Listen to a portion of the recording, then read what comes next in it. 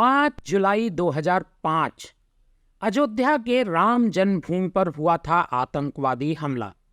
दरअसल ये आतंकवादी हमला राम जन्मभूमि परिसर पर बनाए गए अस्थायी राम मंदिर को उड़ाने के लिए किया गया था, लेकिन संयोग से ये बम नहीं फूटा। तो आखिर इस आतंकवादी हमले का क्या कारण था और इसे कैसे अंजाम दिया गया और उस दिन क्या हुआ था?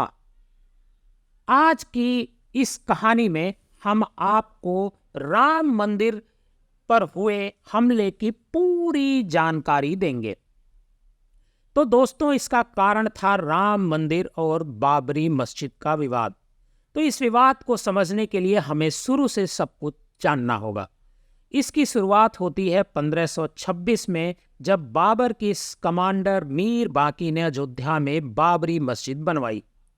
पर वहां के लोकल लोगों का मानना था कि बाबर ने ये मस्जिद राम मंदिर को तोड़ के वहां बनवाई थी। इसी के चलते 19वीं सदी में हिंदुओं और मुस्लिमों के बीच दंगे भी हुए और इसी के चलते ब्रिटिश सरकार बीच में आती है और उस विवादित जगह को 2 भाग में बांट देती है। अंदर का हिस्सा मुस्लिमों को दे दिया जाता है और बाहर का हिस्सा हिंदुओं को दिया जाता है।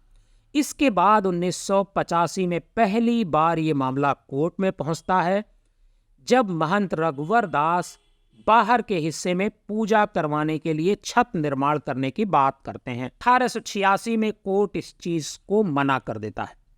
फिर आता है 1949 का, जब मस्जिद के मेन हिस्से में राम जी की मूर्ति रख दी जाती है और इसके बाद हिंदू इस भाग की भी पूजा करने लगे, जिसके कारण सिचुएशन फिर से गर्म आने लगी और इस सिचुएशन को कंट्रोल करने के लिए गवर्नमेंट इस पूरे एरिया को क्लोज कर देती है और यहाँ कंप्लीट बैन लगा देती है।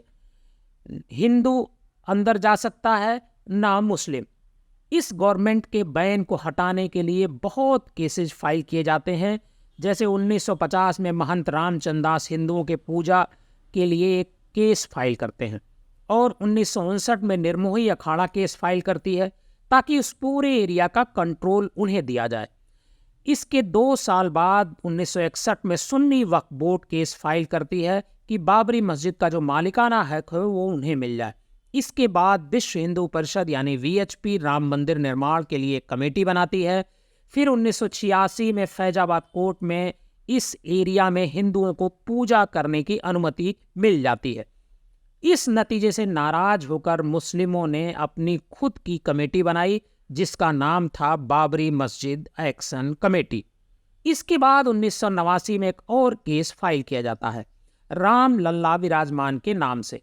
इन्हें भी इस पूरे एरिया पर मालिकाना हक चाहिए था। 1989 के फरवरी में कुंभ मेला था और इसमें यह ऐलान कर दिया जाता है कि 9 नवंबर 1989 को शिलान्यास होगा और 9 नवंबर 1989 को होम मिनिस्टर बूटा सिंह और यूपी के CM नारायण तिवारी की मौजूदगी में शिलान्यास कर दिया जाता है और कोई लड़ाई झगड़ा नहीं होता है। अब धीरे धीरे ये सिचुएशन और भी ज़्यादा खराब होती जा रही थी।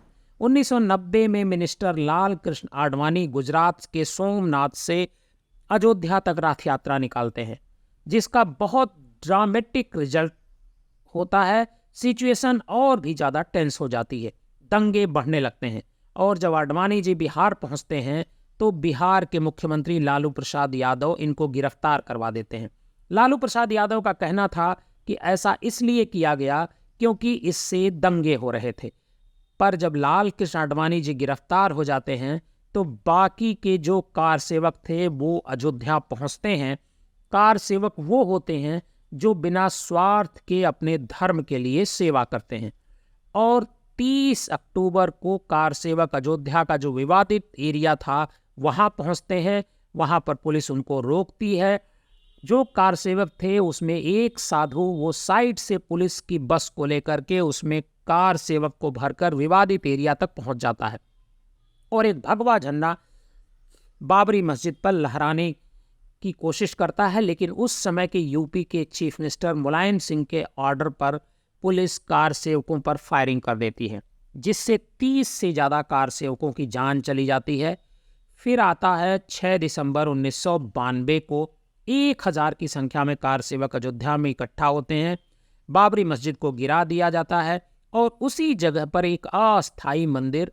इस इंसिडेंट के बाद पूरे इंडिया में कई जगहों पर दंगे होते हैं और इन दंगों में पूरे इंडिया में 2000 से ज़्यादा लोगों की जान चली जाती है।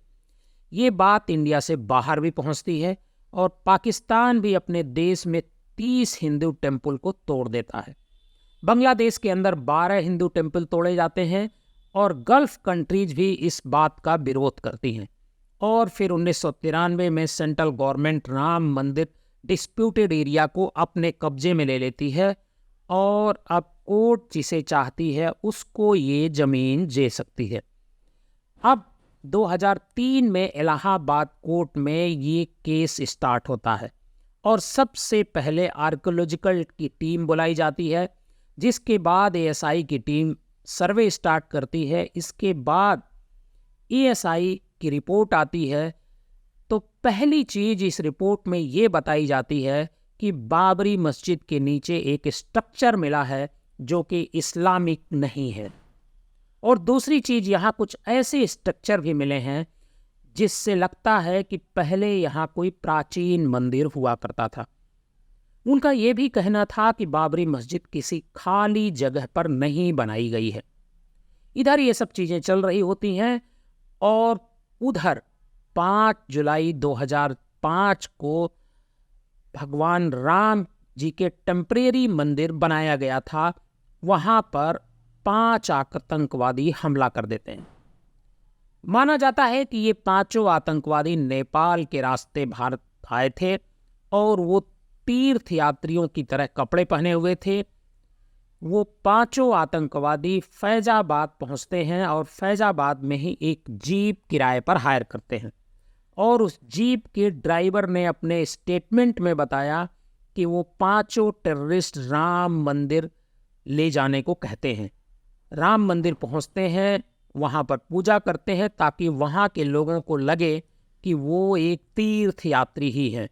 और उसके बाद वो टेररिस्ट जीप को राम जन्मभूमि के पास लेकर के जाते हैं और ड्राइवर को ज़बरदस्ती गाड़ी से बाहर निकाल देते हैं, जिसके कारण वो जीप एक सुरक्षा घेरे से जाकर टकरा जाती है। और फिर सुबह 9:05 पर करीब 50 मीटर की दूरी से एक M67 ग्रेनेड फेंकते हैं और इस ग्रेनेड ब्लास्ट में रमेश पांडे जो कि एक गाइड थे, उनकी वहाँ स्पॉट पर ही मौत हो जाती है। इसके बाद टेररिस्ट अंधाधुंध फायरिंग करते हुए सीता रसोई तक घुस जाते हैं, जिसके जवाब में सीआरपीएफ के जो 35 जवान अस्थायी राम मंदिर की सुरक्षा में तैनात होते हैं, वो इन 5 आतंकवादियों को वहीं पर ढेर कर देते हैं। यह गन फाइट करीब 1 घंटे तक चलती है। इसमें 3 सीआरपीएफ के जवानों को भी सीरियस इंजरी होती है। अब सवाल ये उठता है कि आखिर आतंकवादियों ने राम मंदिर पर हमला क्यों किया? क्या इस वजह से कि बाबरी मस्जिद ढहा दी गई थी और इस केस में जैसे मोहम्मद का नाम आया? जैसे मोहम्मद ने बाबरी मस्जिद गिराए जाने के बाद धमकी दी थी कि वो बाबरी मस्जिद गिराए जाने का बदला जरूर लेगा, तो क्या यह उसी बदले की परिणति थी? इस मामले की जब जांच यूपी पुलिस करती है तो पता चलता है कि जी हाँ, वो इसी मामले की परिणति थी। और ये जो आतंकवादी होते हैं, ये आतंकवादी जैसे मोहम्मद के पाकिस्तान से काठमांडू आते हैं और काठमांडू से भैरवा आते हैं और भैरवा जो नेपाल की सीमा, भारत नेपाल की सीमा लगी होती है, उस रास्ते भारत में प्रवेश करते हैं। प्रवेश करके वो गोरखपुर आते हैं, गोरखपुर के बाद वो फैजाबाद पहुंचते हैं और फैजाबाद में कई दिन तक रुक करके जो राम मंदिर का पूरा इलाका है, जो अस्थायी टेम्परेरी मंदिर बना होता है, उसका जो इलाका है उसको वो देखते हैं, उसकी रेकी करते हैं और रेकी करने के बाद वो 5 जुलाई 2005 का समय और तारीख तय करते हैं कि इसी दिन हमला करना है। और वो अपनी योजना के मुताबिक वो हमला कर देते हैं।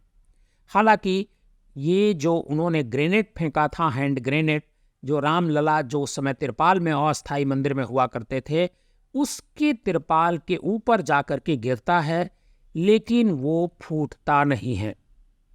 जब वहाँ पर राम मंदिर को कोई क्षति नहीं होती है उस हैंड ग्रेनेड के न फूटने की वजह से, तो लोग वहाँ पर ये कहते हैं कि यह भी राम जी का एक चमत्कार है और खुद भगवान राम ने अपने इस टेंट की सुरक्षा की है। आपको हमारी ये कहानी कैसी लगी, हमें कमेंट बॉक्स में जाकर जरूर बताइएगा। अगर आपको हमारी ये कहानी पसंद आई हो तो हमारे इस चैनल को लाइक कीजिएगा, सब्सक्राइब कीजिएगा और इस कहानी को ज़्यादा से ज़्यादा लोगों को शेयर कीजिएगा।